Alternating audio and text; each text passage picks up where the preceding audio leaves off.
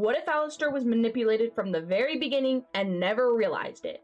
Because the more I look at Helluva Boss lore, the more something feels off. For the longest time, the biggest mystery around Alastor was who he made a deal with. But recently, we learned it was Rosie. And in the flashback, we see something interesting. Alastor makes a deal to become the most powerful sinner in hell. And then he dies the very next day.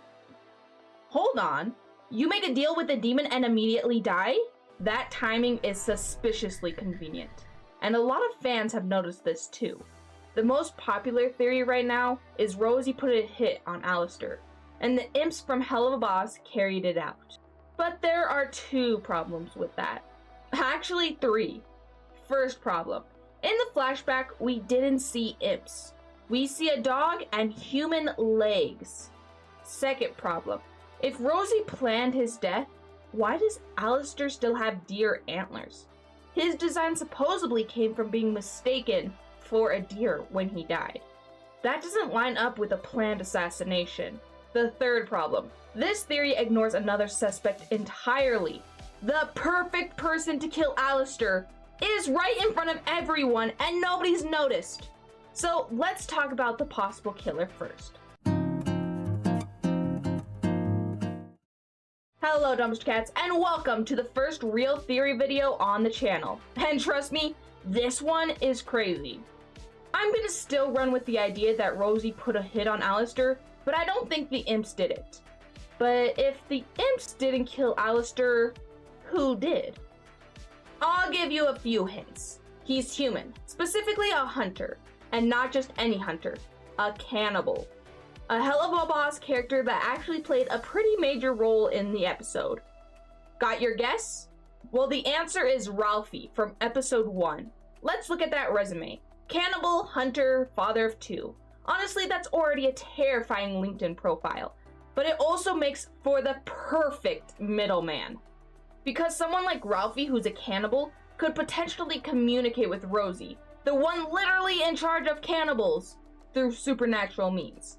They literally tried sacrificing the imps, saying, "Satan, may the root of evil remain honored as we continue thy work." It doesn't get more direct than that. And he has a reason to make a deal too. Think about it. What might a guy like Ralphie ask a demon for? Maybe immortality, which could explain why he exists in the modern era even though Alastor lived decades earlier. Or maybe he wanted a wife who would accept his, unique dietary habits, which might explain the cheating situation in episode 1. Or maybe he simply wanted to never get caught for his murders. That could explain why they got nuked by the police, because technically speaking, he was never caught. Honestly, any combination of these works. The point is, Ralphie has motive, and more importantly, he could have known Alastor.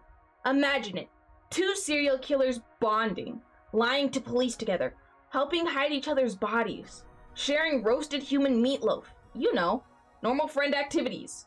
So here's the theory. After Alastor contacted Rosie, Rosie went to Ralphie. They struck up a deal. Ralphie betrayed Alastor, killed him, and then butchered the body, which might explain something fans have been wondering about. Those strange stitches on Alastor's body. And maybe even why Alastor seems to distrust friends. Because the last one literally ate him. But we still have one major problem. Actually, the biggest one. If Rosie planned the murder, how do we explain the antlers? The antler problem. Here's where the theory gets interesting. There's a good chance Rosie didn't just kill Alastor. She designed him. See, when demons make a deal, wording matters a lot. Alastor didn't just ask for power. He asked to become the most powerful sinner in hell. And that could look like anything. Maybe Rosie didn't directly change his appearance. Maybe she simply decided what the strongest demon should look like. In Rosie's mind, the most powerful sinner looks like deer antlers, red eyes, yellow teeth, dark skin, and boom, that becomes Alastor's form. And there's another detail that supports this. If fan theories are right, Alastor might actually be a cannibal. I mean, we literally see him eat a sinner, so it's not that hard to believe. But look at the cannibals in Hell. Pale skin, black eyes, white teeth, fully human features. Alastor doesn't match the design at all, which suggests something huge. Rosie overrode his natural form. She rewrote the rules, but this raises bigger questions. Why? Why kill Alastor at all, and why lie to him about it? Rosie's real goal. The gaslighting part is easy. If Alastor knew Rosie orchestrated his death, he wouldn't serve her. He'd try to kill her. And Rosie seems smart enough to avoid that problem entirely. But the reason she needed him in Hell, that's where things get interesting. Rosie isn't a warlord. She's not out here conquering Hell. She's running a small business, living in a quiet town, drinking tea, and casually eating pinky fingers. You know, normal classy activities. But something threatened that lifestyle. The exterminations. They've been getting more frequent, and eventually, war between heaven and hell is inevitable. And Rosie does not strike me as someone who enjoys war. War brings chaos, dead friends, and worst of all, fewer people to eat. So Rosie needed a solution, and the solution might have been Alastor. Think about what he's good at. Manipulating people, broadcasting influence, building fear, gaining power. He can control the narrative, which means he could control hell. But control alone isn't enough. You need a plan. And then one day, a plan appears. Charlie's Hotel. A place meant to redeem sinners and potentially stop the exterminations entirely. And suddenly, Rosie has the perfect pawn already in place. Alastor. Right where she needed him. Helping the hotel exactly as intended. But there's still one final mystery. The deal itself. What was the deal? If Rosie tricked Alastor, the wording had to be clever.